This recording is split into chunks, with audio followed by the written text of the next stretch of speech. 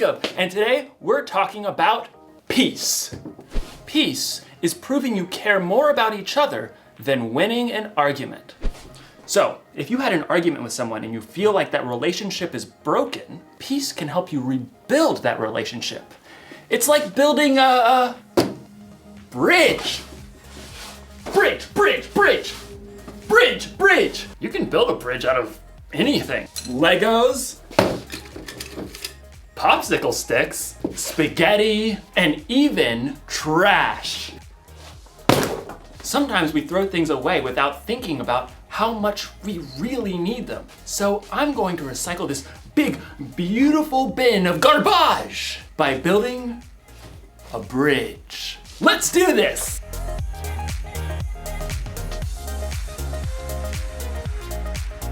It's alive! Now we just need some glue. Glue. Oh!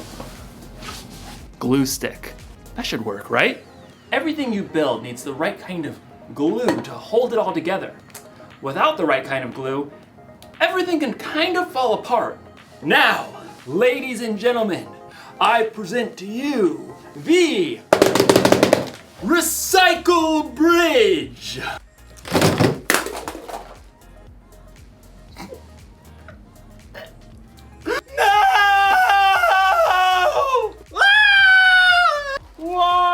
You see, it's hard to make things stick together when you don't have the right kind of glue. As you'll discover in today's story, helping people stick together takes the right kind of glue too. So, stick around. You see what I did there? Stick.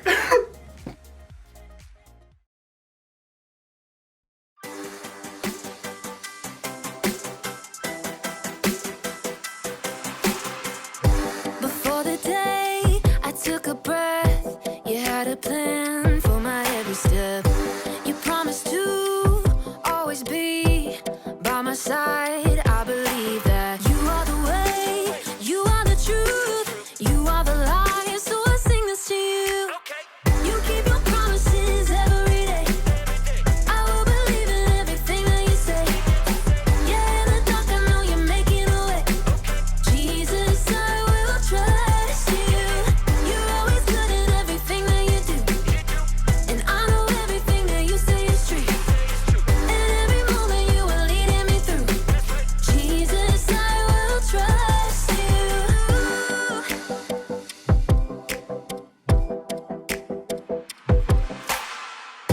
I wanna be honest and true and do what's right the way you do. You're teaching me to take a stand and live for you. 'Cause I believe that you are the way, you are the truth, you are the light. So I sing this to you. You keep your promises every day. I will believe in everything that you say. Yeah, in the dark I know you're making a way. Jesus, I will trust you. You're always good in everything that you do. And I know everything that you say is true. And every moment you are leading me through. Jesus, I will trust you. Even in the moments I feel alone, I know I can. Trust that you're working and holding my world in your hands. Even in the moments I feel alone, I know I can. Trust that you're working and holding my world in your hands. You are the way, you are the truth, you are the life. So I sing this to you. You keep your promises every day. I will believe in everything that you say. Yeah, in the dark I know you're making a way. Jesus, I will trust you. You're always good in everything that you do. And I know everything that you say is true. And every moment you are leading me through. Jesus, I will trust you. The Bible. It's 66 books of history, stories, letters, and poetry that fit together to form God's one big story. The epic adventure of how He created us and loves us so much that He made a way to rescue us. As we travel through the Bible, from Genesis to Revelation, we discover people who met God and found their lives changed forever. Now, for an amazing story, inspired by the book of Colossians, chapter 3, verse 15. In a letter written to the Colossian church, the Apostle Paul wrote, "Let the peace that Christ gives rule in your hearts. As parts of one body, you were appointed to live in peace and be thankful." Now let's see what that truth may look like played out in our lives today. Katie wiped the sweat from her forehead and took a long drink from her water bottle. How is it this hot in April? She looked back at the long patch of scrubby ground on the corner lot by Miss Watson's house. Her friends, Caleb and Nona, were both pulling weeds too. I thought we'd be done before lunch. It'll take us days to clear out all this brush. All three kids lived in the same neighborhood and were in Mr. Benson's 7th grade social studies class. It had been Katie's bright idea to start a neighborhood garden for their community service project.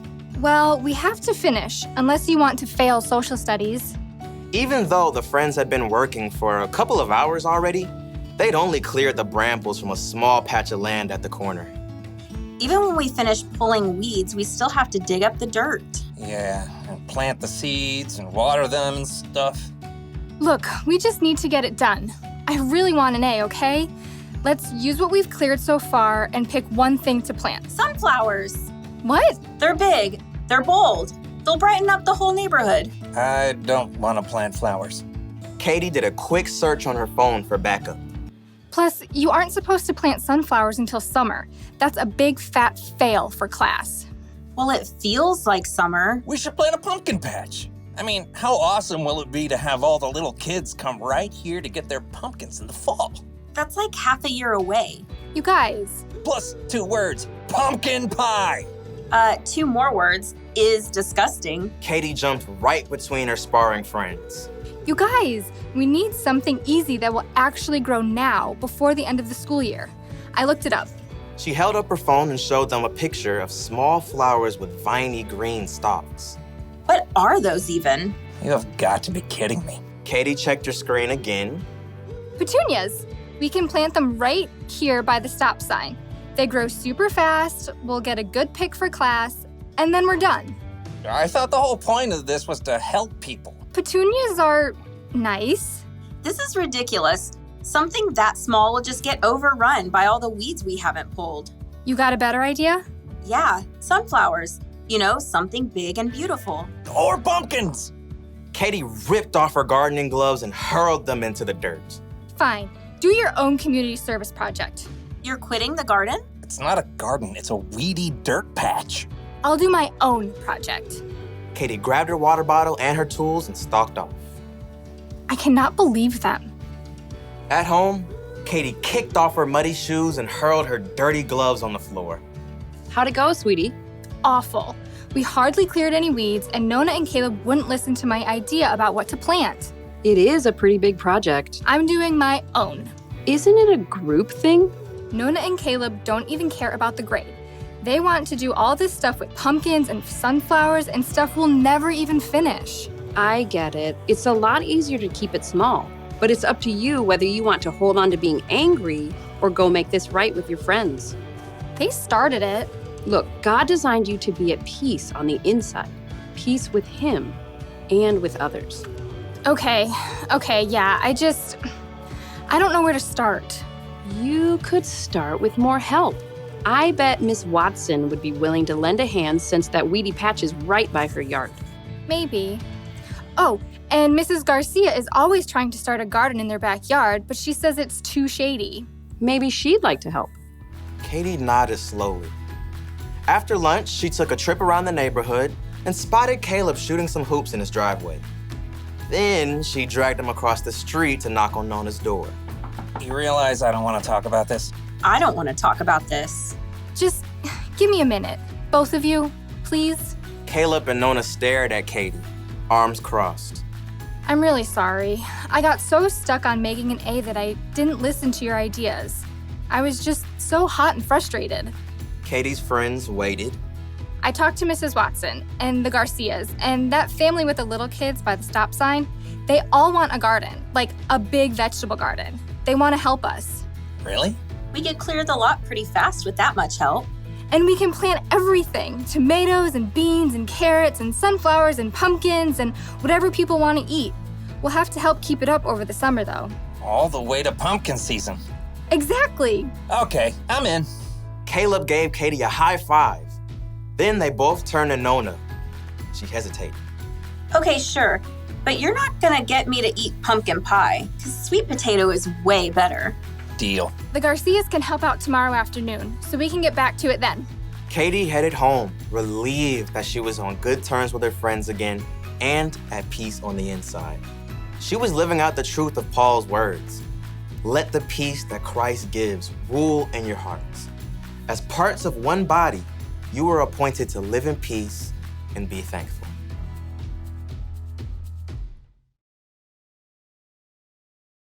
Some days, people are hard to get along with. Your sister spills milk on your homework. Your mom packs your lunch with that weird kind of bread you keep telling her you don't like.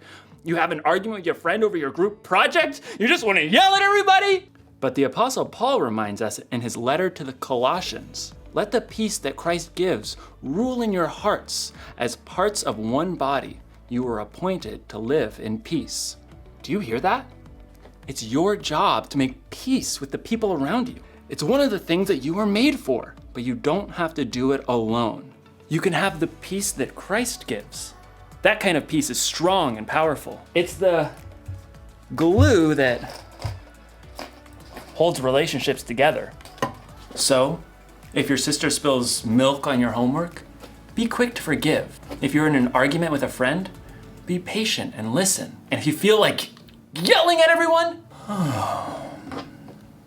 count to 10, or yell into a pillow. Or better yet, ask God to give you peace. Don't throw away a relationship without thinking. Peace is more important than being right. Here's the one thing to remember today. We can make peace with others. Think about who you need to make peace with today. Ask someone you trust for ideas on how to take the first step. You'll probably need a little creativity, and you'll definitely need the right kind of glue. Super glue.